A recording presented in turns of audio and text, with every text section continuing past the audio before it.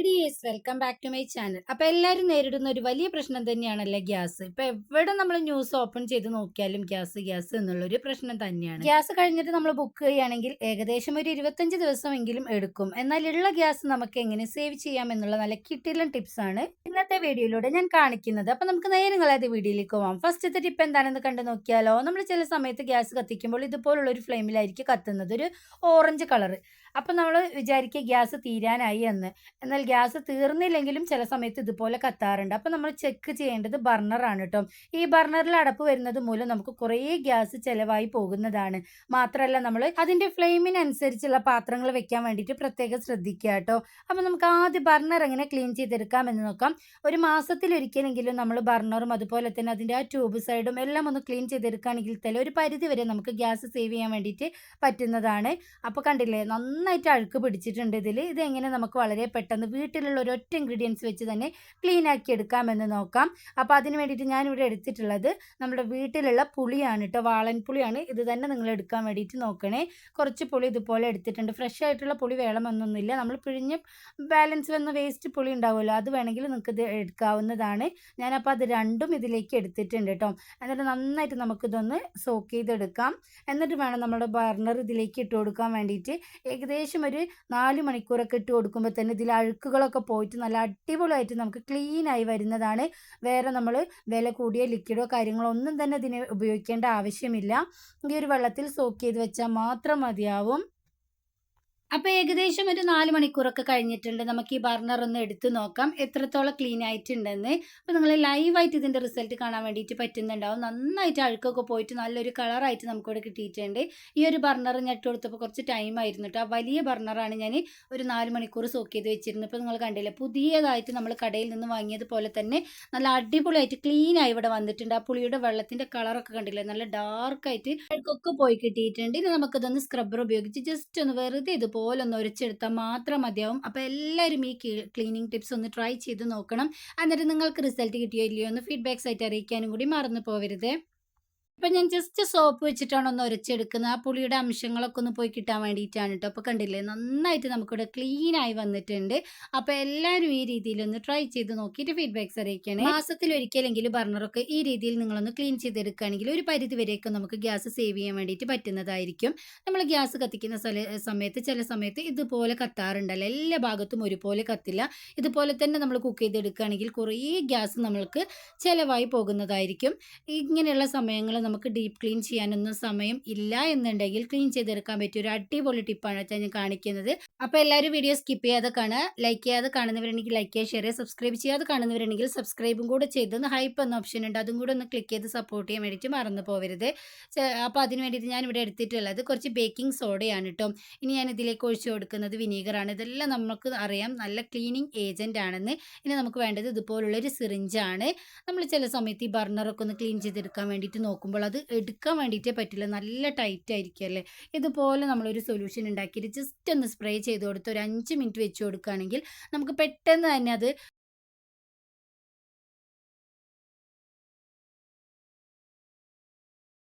എടുത്തിട്ട് ക്ലീൻ ചെയ്തെടുക്കാൻ വേണ്ടിയിട്ട് പറ്റും കേട്ടോ. മാത്രമല്ല ഈ ബേക്കിംഗ് സോഡയും വിനീഗറും ഇതിലുള്ള അടപ്പുകളൊക്കെ നമുക്ക് മാറ്റിയിട്ട് ബർണർ നല്ല അടിപൊളിയായിട്ട് എല്ലാ ഭാഗത്തും കത്തുന്നത് പോലെ ആക്കി എടുക്കാൻ വേണ്ടിയിട്ട് പറ്റുന്നതാണ്. അപ്പോൾ നിങ്ങൾ കണ്ടില്ല, ഇതിൻ്റെ ഉള്ളിലൊക്കെ നന്നായിട്ട് പൊടിയുണ്ട്. ഈ ഒരു പൈപ്പിൻ്റെ ഉള്ളിലും പൊടി അടഞ്ഞാലും നമുക്ക് ഫ്ലെയിം അതുപോലെ ആയിരിക്കും കത്തുന്നത്. അപ്പോൾ അതിൻ്റെ ഉള്ളിൽ ഞാനൊന്ന് ക്ലീൻ ചെയ്തെടുക്കുന്നുണ്ട്. ഇത് അധികം പൊടിയൊന്നുമില്ല, കുറച്ചേ ഉള്ളൂ കേട്ടോ.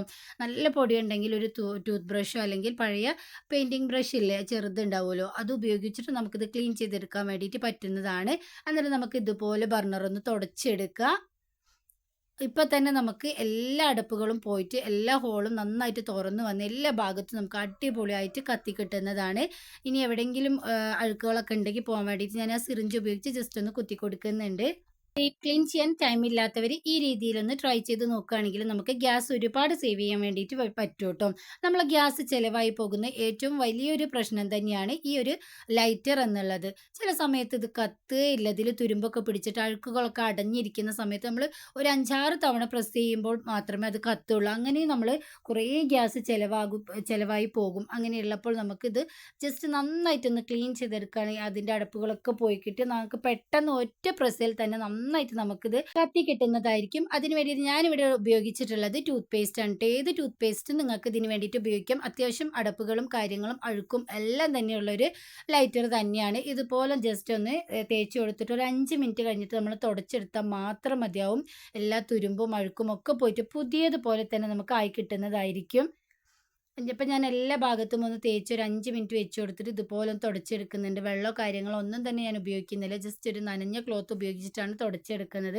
വെള്ളമൊക്കെ നമ്മൾ ഉപയോഗിക്കുകയാണെങ്കിൽ അത് തുരുമ്പെടുക്കാനുള്ള ചാൻസ് ഉണ്ട്. അല്ലെങ്കിൽ അത് കത്തി കിട്ടില്ല. ഇങ്ങനെ നിങ്ങളൊന്ന് ക്ലീൻ ചെയ്ത് നോക്കുകയാണെങ്കിൽ നിങ്ങൾക്ക് നന്നായിട്ട് ക്ലീനായി വരും കേട്ടോ. അപ്പോൾ എല്ലാവരും ഈ ടിപ്സും ഒന്ന് ട്രൈ ചെയ്ത് നോക്കണേ. നമ്മൾ കുക്ക് ചെയ്യുന്ന സമയത്ത് പാത്രങ്ങൾ അടച്ചു വെച്ച് ചെറു തീയിൽ കുക്ക് ചെയ്തെടുക്കുകയാണെങ്കിൽ ഗ്യാസ് ഒരുപാട് സേവ് ചെയ്യാൻ വേണ്ടിയിട്ട് പറ്റും. മാത്രമല്ല കുക്കിങ്ങിന് വേണ്ടിയിട്ട് പ്രഷർ കുക്കറൊക്കെ ഉപയോഗിക്കുകയാണെങ്കിൽ ടൈമും ഗ്യാസും നമുക്ക് ഒരുപോലെ സേവ് ചെയ്യാൻ വേണ്ടിയിട്ട് പറ്റും കേട്ടോ. നമ്മൾ ഫ്രിഡ്ജിൽ നിന്നും ഭക്ഷണ പദാർത്ഥങ്ങളൊക്കെ കുക്ക് ചെയ്യാൻ വേണ്ടിയിട്ട് എടുക്കുന്ന സമയത്ത് കുറച്ച് സമയം നമ്മൾ അത് പുറത്ത് വെച്ചതിന് ശേഷം മാത്രം കുക്ക് ചെയ്യുക. അല്ലെങ്കിൽ ആ കുറേ സമയം നമുക്കത് കുക്കിങ്ങിന് വേണ്ടിയിട്ട് ഗ്യാസ് ചിലവാക്കേണ്ടി വരുന്നതാണ്. അപ്പോൾ അതും എല്ലാവരും ഒന്ന് ശ്രദ്ധിക്കുക. അപ്പോൾ കണ്ടില്ലേ നമ്മളുടെ ബർണർ ആയാലും നമ്മുടെ ലൈറ്റർ ആയാലും നന്നായിട്ട് ക്ലീനായി വന്നിട്ടുണ്ട്. അപ്പോൾ എല്ലാവരും ഈ ടിപ്സൊക്കെ ഒന്ന് ട്രൈ ചെയ്ത് നോക്കുക. പേസ്റ്റ് ഇല്ലെങ്കിൽ നിങ്ങൾക്ക് ഇതിന് പകരമായിട്ട് സാൻഡ് പേപ്പർ ഉണ്ടെങ്കിൽ ഉരച്ചിട്ട് നമുക്ക് ഇതിൻ്റെ അഴുക്കുകളും തുരുമ്പുകളും ഒക്കെ ക്ലീനാക്കി എടുക്കാൻ വേണ്ടിയിട്ട് പറ്റും. അപ്പോൾ അതും എല്ലാവരും ഒന്ന് ട്രൈ ചെയ്യുക കേട്ടോ. അടുത്തതായിട്ട് നമ്മളുടെ ഗ്യാസിൻ എന്നാണോ ഫിറ്റ് ചെയ്തത് എന്നറിയാൻ വേണ്ടിയിട്ട് എക്സ്പയറി ഡേറ്റ് കഴിഞ്ഞിട്ടുള്ള ടാബ്ലറ്റ്സ് ഒക്കെ നമ്മൾ കളയാൻ വേണ്ടിയിട്ട് വെക്കുമല്ലോ. അപ്പോൾ നമ്മൾ ഫിറ്റ് ചെയ്യുന്ന സമയത്ത് ജസ്റ്റ് ഒന്ന് ആ ഡേറ്റ് ഒന്ന് മെൻഷൻ ചെയ്ത് വെക്കുകയാണെങ്കിൽ നമുക്കത് അറിയാൻ വേണ്ടിയിട്ടും എളുപ്പമായിരിക്കും. ഇതും എല്ലാവരും ഒന്ന് ട്രൈ ചെയ്ത് നോക്കാം. അപ്പോൾ നമുക്ക് ടെൻഷൻ ഉണ്ടാവില്ല എന്നാണ് ഗ്യാസ് തീരുക എന്നുള്ളൊരു ടെൻഷൻ. അപ്പോൾ ഇതുപോലെ നമ്മളൊന്ന് ചെയ്ത് വെക്കുകയാണെങ്കിൽ നമുക്ക് വളരെ ഹെൽപ്ഫുൾ ആയിരിക്കും. അതും എല്ലാവരും ഒന്ന് ട്രൈ ചെയ്യണേ. രാവിലെ തിരക്കിട്ട ജോലികൾക്കിടയിലൊക്കെ നമ്മൾ മുട്ടയൊക്കെ കറിക്കൊക്കെ എടുക്കുന്ന സമയത്ത് കുറച്ച് അധികം മുട്ടയൊക്കെ ഉണ്ടെങ്കിൽ നമ്മൾ കുറേ സമയം അത് ഗ്യാസിൽ വെച്ച് ഒരു പാത്രത്തിൽ വെച്ച് വേവിച്ചെടുക്കുന്നതിനേക്കാളും എളുപ്പം പ്രഷർ കുക്കറിൽ ഒരു 2 വിസിൽ നമ്മളൊന്ന് വെച്ച് എടുക്കുകയാണെങ്കിൽ പെട്ടെന്ന് നമുക്ക് മുട്ടയൊക്കെ വേവിച്ചെടുക്കാൻ വേണ്ടിയിട്ട് പറ്റും കേട്ടോ. അത് വളരെ ഉപകാരമുള്ളൊരു ടിപ്പാണ്. ഗ്യാസ് ഒരുപാട് നമുക്കിതിൽ സേവ് ചെയ്യാൻ വേണ്ടിയിട്ട് പറ്റും. പെട്ടെന്നൊന്നും ഗ്യാസ് തീരുമെന്ന ടെൻഷൻ നമുക്ക് ഉണ്ടാവില്ല. നിങ്ങൾ ഉള്ള ഗ്യാസ് സേവ് ചെയ്യാൻ വേണ്ടിയിട്ട് നോക്കുകയാണെങ്കിൽ കുറച്ച് അധികം ദിവസം തന്നെ നമുക്കിത് യൂസ് ചെയ്യാൻ വേണ്ടിയിട്ടും പറ്റുന്നതാണ്. ഞാനിപ്പോൾ ഇത് പ്രഷർ കുക്കറിൽ വേവിച്ച് കുറച്ച് സമയം വെള്ളത്തിലിട്ട് വെച്ചതായിരുന്നു. നല്ല പെർഫെക്റ്റ് ആയിട്ട് തന്നെ എനിക്കിവിടെ വെന്ത് കിട്ടിയിട്ടുണ്ട്. അപ്പോൾ എല്ലാവരും ഇതും ഒന്ന് ട്രൈ ചെയ്ത് നോക്കണേ. ഈ ഗ്യാസ് ഫിറ്റ് ചെയ്തിട്ട് നമ്മൾ ഇത് ഊരിയെടുക്കുന്ന സമയത്ത് ഇതുപോലെ ടൈറ്റ് ചെയ്യുന്ന സമയത്ത് ചില സമയത്ത് ഭയങ്കര ഒരു ടൈറ്റ് ആയിരിക്കും അല്ലേ. അങ്ങനെയുള്ള സമയങ്ങളിൽ കുറച്ച് വെളിച്ചെണ്ണ നമ്മൾ ഇതുപോലെ ഒന്ന് തൂവി കൊടുക്കുകയാണെങ്കിൽ നല്ല സ്മൂത്ത് ആയിട്ട് നമുക്ക് എടുക്കാനും വെക്കാനും ഒക്കെ പറ്റുന്നതാണ്. അപ്പോൾ അതും എല്ലാവരും ഒന്ന് ട്രൈ ചെയ്ത് നോക്കണേ. ചില സമയത്ത് നമ്മളുടെ ഗ്യാസ് ലീക്കേജ് ആയിട്ട് ഭയങ്കര ഒരു സ്മെല്ലായിരിക്കും കിച്ചണിലാകുക. അപ്പോൾ എല്ലാവർക്കും ഭയങ്കര ഒരു ടെൻഷൻ ആയിരിക്കും. എന്നാൽ ടെൻഷൻ ആവേണ്ട ആവശ്യമില്ല. ഇതുപോലെ സിലിണ്ടറിൻ്റെ ഉൾഭാഗത്തായിട്ട് ഒരു വാസർ ഉണ്ടാവും. അതിൽ വല്ല ഡാമേജോ കാര്യങ്ങളോ ഉണ്ടെങ്കിലാണ് ഇതിൻ്റെ ഉള്ളിൽ നിന്നും വല്ലാത്തൊരു സ്മെല്ല് വരുന്നത്. അല്ലെങ്കിൽ ആ പൈപ്പ് ഉണ്ടാവുമല്ലോ അതിൽ ലീക്കേജ് ഉണ്ടെങ്കിൽ വരുന്നതാണ്. ഫസ്റ്റ് നമ്മൾ ചെക്ക് ചെയ്യേണ്ടത് ഇവിടെയാണ്. ഈ ഒരു വാസർ ജസ്റ്റ് ഒന്ന് ഊരിയെടുത്തതിന് ശേഷം ഒന്ന് മാറ്റിയിട്ട് കൊടുത്തിട്ട് ഒന്ന് ചെക്ക് ചെയ്ത് നോക്കുക. എന്നിട്ടും ലീക്കേജ് ഉണ്ടെങ്കിൽ ഫിറ്റ് ചെയ്തിട്ടുള്ള പൈപ്പിൽ എവിടെയെങ്കിലും ഹോളുകൾ ഉണ്ടാവും. അപ്പോൾ അതും ഒന്ന് ചെക്ക് ചെയ്തതിന് ശേഷം മാത്രം നിങ്ങൾ കംപ്ലൈൻറ്റ് രജിസ്റ്റർ ചെയ്താൽ മതിയാവും. അപ്പോൾ അവർ വന്ന് മാറ്റി തരും. അപ്പോൾ അതും എല്ലാവരും ഒന്ന് ശ്രദ്ധിക്കുക കേട്ടോ. അതിലൂടെ നമുക്ക് ഒരുപാട് ഗ്യാസ് സേവ് ചെയ്യാൻ വേണ്ടിയിട്ട് പറ്റുന്നതാണ്. യൂസ് ചെയ്യാത്ത സമയത്ത് അതുപോലെ തന്നെ രാത്രി സമയങ്ങളിലൊക്കെ നമ്മൾ റെഗുലേറ്റർ ഓഫ് ചെയ്ത് വെക്കുന്നതാണ് നല്ലത്. ഏത് സമയത്ത് നമ്മൾ റെഗുലേറ്റർ ഓണിൽ വെച്ചിരിക്കുകയാണെങ്കിൽ ബർണർ വരെയും ഗ്യാസ് സപ്ലൈ ആവുന്നതാണ്. അത് നമ്മൾ ഓഫ് ചെയ്ത് വെക്കുന്നതിലൂടെ. അടുത്തതായിട്ട് എല്ലാ സാധനങ്ങൾക്കും എക്സ്പയറി ഡേറ്റ് ഉണ്ട്. അതുപോലെ നമ്മുടെ ഗ്യാസിനും എക്സ്പയറി ഡേറ്റ് ഉണ്ട്. അത് അറിയാൻ വേണ്ടിയിട്ടുള്ള ഒരു കിടിലൻ ട്രിക്കാണ് കേട്ടോ ഞാൻ പറഞ്ഞു തരുന്നത്. നമ്മുടെ ഗ്യാസ് സിലിണ്ടറിൽ ഇതുപോലെ A25 B25 അങ്ങനെയുള്ള അക്കങ്ങളൊക്കെ എഴുതി കാണാറുണ്ട്. അതെന്താണെന്ന് വെച്ചാൽ ഇതിൻ്റെ എക്സ്പയറി ഡേറ്റ് ആണ് കേട്ടോ. എ എന്ന് മെൻഷൻ ചെയ്യുന്നത് ജനുവരി ടു മാർച്ച് ആണ്. ബി മെൻഷൻ ചെയ്യുന്നത് ഏപ്രിൽ ടു ജൂൺ ആണ്. സി മെൻഷൻ ചെയ്യുന്നത് ജൂലൈ ടു സെപ്റ്റംബർ ആണ്. ഇ മെൻഷൻ ചെയ്യുന്നത് ഒക്ടോബർ ടു നവംബർ ആണ്. അങ്ങനെ നമ്മളുടെ ഗ്യാസിന്റെ ഡേറ്റ് ഒക്കെ അറിയാൻ വേണ്ടിയിട്ട് പറ്റും കേട്ടോ. ഇതിൽ കാണിച്ചിട്ടുള്ള സിലിണ്ടർ A25 എന്നതാണ്. എ എന്നുള്ളത് ജനുവരി ടു മാർച്ച് ആണ്. 25 എന്നുള്ളത് 2025 ഇയർ ആണ് കേട്ടോ. അതിലൂടെ നമുക്ക് ഇത് മനസ്സിലാക്കാൻ വേണ്ടിയിട്ട് പറ്റുന്നതാണ്. അടുത്തതായിട്ട് നമ്മൾ ഏറ്റവും കൂടുതൽ ഗ്യാസ് ചിലവാക്കുന്ന ഒരു സംഭവം തന്നെയാണ് ചോറ് വെക്കുന്നതല്ലേ. പ്രഷർ കുക്കറിൽ ചോറ് വയ്ക്കുകയാണെങ്കിൽ നമുക്ക് വളരെ എളുപ്പത്തിൽ അത് റെഡിയായി കിട്ടും. എന്നാൽ പ്രഷർ കുക്കറിൽ ചോറ് വയ്ക്കാൻ ഇഷ്ടമില്ലാത്തവരുണ്ടാവും. അവർക്ക് ചെയ്യാൻ പറ്റിയൊരു കിടിലൻ ടിപ്പാണ്. വെള്ളം നന്നായിട്ടൊന്ന് തിളച്ച് വന്നതിന് ശേഷം അതിൽ നിന്നും കുറച്ച് വെള്ളം എടുത്ത് നന്നായിട്ട് ഞാൻ അരി ഒന്ന് കഴുകി എടുക്കുന്നുണ്ട്. നന്നായിട്ടൊന്ന് കഴുകി കുറച്ച് സമയം സോക്ക് ചെയ്തിട്ട് നമ്മൾ അരി ഇട്ട് കൊടുക്കുകയാണെങ്കിൽ പെട്ടെന്ന് നമുക്ക് വെന്ത് കിട്ടും കേട്ടോ. ചില സമയത്ത് നമുക്ക് സോക്ക് ചെയ്യാനൊന്നും സമയമില്ലെങ്കിൽ ഈ രീതിയിലൊന്ന് നിങ്ങളൊന്ന് ട്രൈ ചെയ്ത് നോക്കണേ. വെള്ളം നന്നായിട്ടൊന്ന് തിളച്ചതിന് ശേഷം അരി കഴുകി ഞാൻ ഇതിലേക്ക് ഇട്ട് കൊടുത്തിട്ടുണ്ട്. ഇതിൻ്റെ മുകളിൽ നമുക്ക് വേണമെങ്കിൽ കുടിക്കാനുള്ള വെള്ളമൊക്കെ ഒന്ന് വെച്ച് കൊടുക്കുകയാണെങ്കിൽ അത്രയും ഗ്യാസ് നമുക്ക് സേവ് ചെയ്യാൻ വേണ്ടിയിട്ട് പറ്റും കേട്ടോ. അരി ഇട്ട് കൊടുത്തിട്ട് കുറച്ചൊന്ന് തിളച്ചതിന് ശേഷം ഞാൻ അടുപ്പൊന്ന് ഓഫ് ചെയ്തിട്ട് ഇതിൻ്റെ മുകളിലേക്കായിട്ട് ചൂട് നന്നായിട്ട് ഉള്ളിൽ തങ്ങി നിൽക്കാൻ വേണ്ടിയിട്ട് ഒരു ടർക്കി വെച്ച് കൊടുത്ത് അതിൻ്റെ മുകളിൽ ഒരു വെയിറ്റും കൂടെ വെച്ച് കൊടുത്തിട്ടുണ്ട്. ഈ ഒരു ചൂടിലിരുന്ന് നന്നായിട്ട് ഒരു അരമണിക്കൂറിൻ്റെ ഉള്ളിൽ തന്നെ ഗ്യാസ് ഒന്നും ചിലവാവാതെ നമുക്ക് നന്നായിട്ട് ചോറ് നല്ല പെർഫെക്റ്റ് ആയിട്ട് വെന്ത് കിട്ടുന്നതാണ്. അപ്പോൾ അരമണിക്കൂറിന് ശേഷം ഞാനൊന്ന് ഓപ്പൺ ചെയ്ത് നോക്കുന്നുണ്ട്. ഇപ്പം നിങ്ങൾ കണ്ടില്ലേ, നന്നായിട്ട് നമ്മളുടെ ചോറ് ഇവിടെ വെന്ത് കിട്ടിയിട്ടുണ്ട്. ജസ്റ്റ് ഒന്ന് വെള്ളം തിളയ്ക്കുന്ന സമയം മാത്രമേ നമ്മൾ ഗ്യാസ് ചിലവാക്കിയിട്ടുള്ളൂ.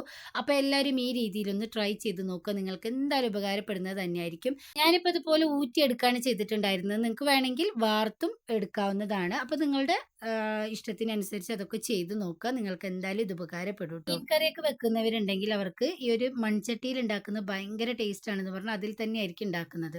മൺചട്ടിയൊക്കെ വെച്ച് കൊടുക്കുന്ന സമയത്ത് നന്നായിട്ട് തുടച്ച് അതിൻ്റെ വെള്ളമൊക്കെ കളഞ്ഞതിന് ശേഷം നമ്മൾ ഉപയോഗിക്കുകയാണെങ്കിൽ അധികം തന്നെ ഗ്യാസ് നമുക്ക് സേവ് ചെയ്യാൻ വേണ്ടിയിട്ട് പറ്റും കേട്ടോ. അടുത്തതായിട്ട് പയർവർഗ്ഗങ്ങളൊക്കെ നമ്മൾ കുക്കറിലാണെങ്കിൽ വേവിച്ചെടുക്കുമ്പോൾ സോക്ക് ചെയ്തിട്ടില്ലെങ്കിൽ കുറേ സമയം എടുക്കുമല്ലോ അതൊന്ന് വെന്ത് കിട്ടാൻ വേണ്ടിയിട്ട്. എന്നാൽ ഇതുപോലെ നന്നായിട്ടൊന്ന് സോക്ക് ചെയ്തതിന് ശേഷം നമ്മൾ വേവിച്ചെടുക്കുകയാണെങ്കിൽ പെട്ടെന്ന് നമുക്ക് വെന്ത് കിട്ടുകയും ഗ്യാസ് സേവ് ചെയ്യാനും പറ്റുന്നതാണ്. അപ്പോൾ ഇതും എല്ലാവരും ഒന്ന് ട്രൈ ചെയ്ത് നോക്കുക. നിങ്ങൾ പച്ചക്കറികളൊക്കെ വേവിച്ചെടുക്കുന്ന സമയത്ത് അതിൽ നിങ്ങൾക്ക് തോരനുള്ള സംഭവങ്ങളൊക്കെ ഒരു ടിഫിനിലാക്കിയിട്ട് അത് നമ്മൾ വെച്ച് കൊടുക്കുകയാണെങ്കിൽ രണ്ടും ഒരേ സമയത്ത് നമുക്ക് വേവിച്ചെടുക്കാൻ പറ്റും കേട്ടോ. രാവിലെ ഞാൻ പുട്ടിന് കടലക്കറിയാണ് ഉണ്ടാക്കാൻ ഉദ്ദേശിച്ചിട്ടുണ്ടായിരുന്നത്. അപ്പോൾ എനിക്ക് മോന് കൊണ്ടുപോകാൻ വേണ്ടിയിട്ട് കിഴങ്ങ് ഉപ്പേരിയും കൂടെ ഉണ്ടാക്കിയെടുക്കണമായിരുന്നു. അപ്പോൾ ഞാൻ അതൊരു ടിഫിനിലേക്ക് ഇതുപോലെ ഒന്ന് കഴുകി ക്ലീൻ ആക്കി എടുത്ത് ഒന്ന് വെച്ച് കൊടുക്കുന്നുണ്ട്.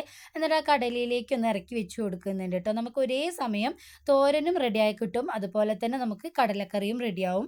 അതുമൂലം കുറേ അധികം ഗ്യാസ് സേവ് ചെയ്യാൻ വേണ്ടിയിട്ട് പറ്റുന്നതായിരിക്കും. നിങ്ങൾ ആവിയിൽ ഇഡലിയൊക്കെ ഉണ്ടാക്കി എടുക്കുന്ന സമയത്ത് അതിൻ്റെ അടിയിലായിട്ട് മുട്ട ഇട്ട് കൊടുക്കാം.